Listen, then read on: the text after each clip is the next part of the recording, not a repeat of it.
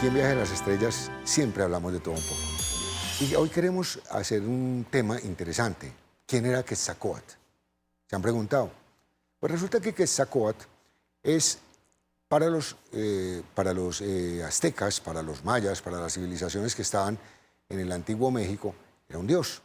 Era un dios que había llegado, que tenía una apariencia, era un ser blanco, tenía barba, un ser de una estatura muy distinta a lo que eran ellos.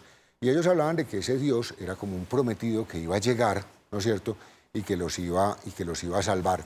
Como siempre en muchas civilizaciones hay un salvador, porque antes había estado y porque antes les había enseñado muchas cosas. La pregunta que uno se hace es, Quetzalcóatl, que es muy importante en la civilización, no sé si han visto en la civilización mexicana lo que llaman la serpiente emplumada, o sea, ese es el símbolo de Quetzalcóatl. Quetzalcóatl, por existir esa leyenda, cuando los españoles llegan a México, cuando llega Hernán Cortés a México, ¿no es cierto?, los indios no tenían por qué entender que ellos eran españoles que venían de Europa, y lo que pensaron era que había llegado Quetzalcóatl, que había llegado ese dios, y antes de que entrara a pelear con él, lo que entraron fue casi que a adorarlo y a entender que no podían luchar contra él.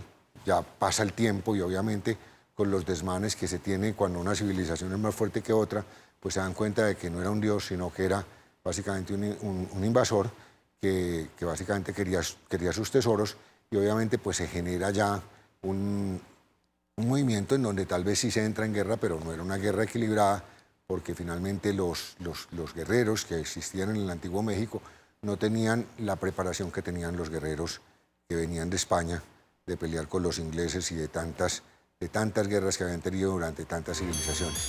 El hecho es que esa figura de Quetzalcóatl es una figura que también la podíamos tener aquí en esta parte de Sudamérica, en donde hablamos de Bochica. Se habla de un ser parecido, entonces Bochica era tal vez lo que Quetzalcóatl era para los mexicanos, Bochica era para la cultura chicha, que finalmente la cultura chicha pertenecía a la cultura de los incas. Pero siempre había un dios, siempre había un dios. Ese Quetzalcóatl del que nosotros estamos hablando, básicamente hizo que la civilización se permitiese ese sincretismo cultural. Las cosas pasan, uno no sabe por qué, ni son buenas ni son malas. Finalmente, mi posición muy particular es que los seres que habitamos en Latinoamérica no somos ni españoles ni indios, no somos ni opresores ni oprimidos. Nosotros simplemente somos la mezcla de dos civilizaciones, somos una cultura nueva.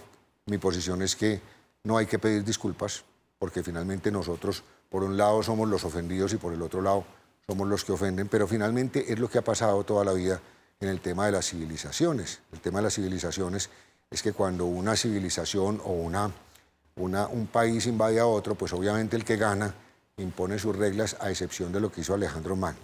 Finalmente, Quetzalcóatl, para tenerlo claro, más allá de ser un dios, ¿no es cierto?, era un símbolo, era el símbolo de la serpiente emplumada, era un símbolo que lo vemos en la cultura maya de una manera maravillosa, porque cuando se dan los solsticios y los equinoccios en estos templos que están en la zona de Yucatán, tú puedes ver cómo el sol crea la figura de la serpiente emplumada y sube por las pirámides. O sea, ahí hay mucha magia, ¿no es cierto?